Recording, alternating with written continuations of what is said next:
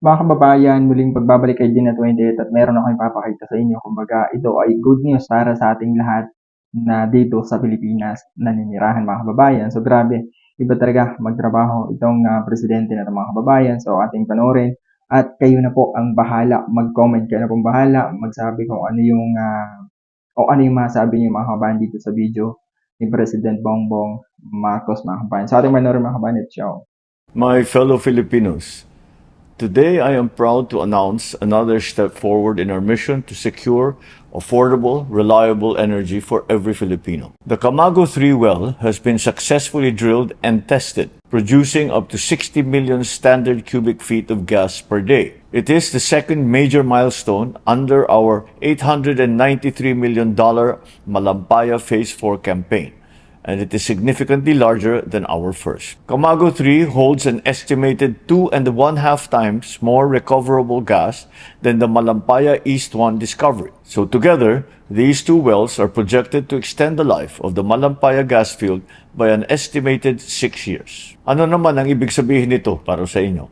It means more power, steadier power, and cheaper power. Malampaya gas costs us roughly 4 pesos and 80 centavos per kilowatt hour. Imported LNG costs 10 pesos and 30 centavos, more than double. Every unit of power we generate from Malampaya instead of imported fuel is money saved by households, by small businesses, by every Filipino that pays an electric bill. Alam natin lahat kung gaano kahalaga ito ngayon. Ang kaguluhan sa Middle East ay nagdudulot ng matinding pabago-bago sa presyo ng gasolina sa buong mundo. Kaya naman, ginawa natin ang lahat para masiguro na may sarili tayong supply ng enerhiya upang maibsan ang epekto ng kaguluhan nito sa pang-araw-araw na buhay ng ating mga kababayan. For the first time since the year 2000, new subsea pipelines are being laid in Philippine waters. Ibig sabihin, may bagong tubo na itinatanim sa ilalim ng dagat para maihatid ang gas mula sa pinagkukuhanan patungo sa ating mga tahanan at negosyo. We are not just extending a gas field. We are rebuilding our energy infrastructure from the ground up. We are targeting first gas delivery by the fourth quarter of 2026. And we are not stopping there. The next well,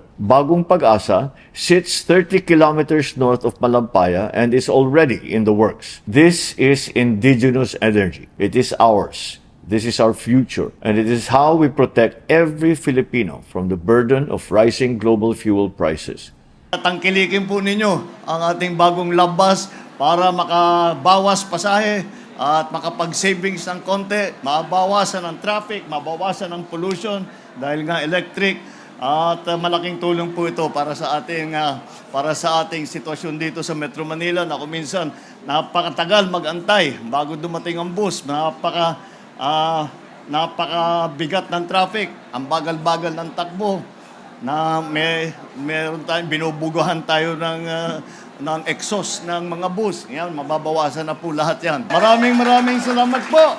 At sana po itong aming bagong love bus ay mas maginhawa po ang inyong araw pagpunta sa trabaho at sa pag-uwi.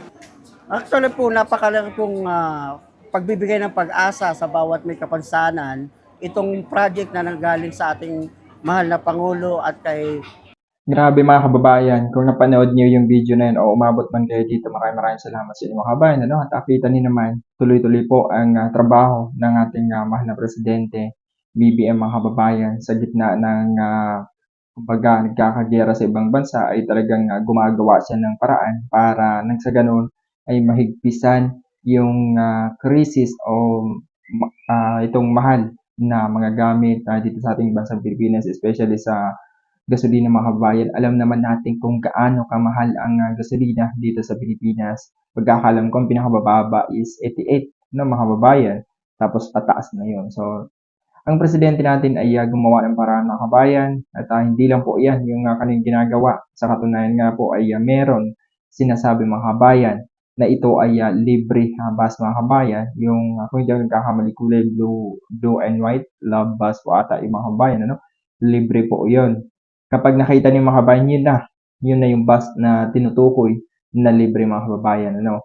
At alam niyo ba mga kabayan ay nagbawas na rin medyo bumaba po yung pamasahe natin ngayon sa may LRT at MRT mga kababayan. At pagkakalam ko, ang presidente natin ay tuloy-tuloy po sa kanyang pamimigay ng ayuda kasi naumpisahan na po mga kabayan yung sinasabi na ayuda, pero si President BBM ay tuloy-tuloy po ang kanyang pamimigay ng ayuda para sa ating mga driver and siyempre mga bus mga kababayan. So, ganun ang diskarte ni BBM. Ang diskarte niya is magbigay ng ayuda nang sa ganun ay yung mga driver natin, jeepney driver or bus, ay hindi sila magtaas ng presyo. I mean, pamasahe mga kababayan. So, ang ginawa ni BBM is binawi na lang, nagbigay ng ayuda para sa ating mga jeepney driver o bus driver or etc. mga kababayan. Ano? So, grabe. Ganun ang presidente natin.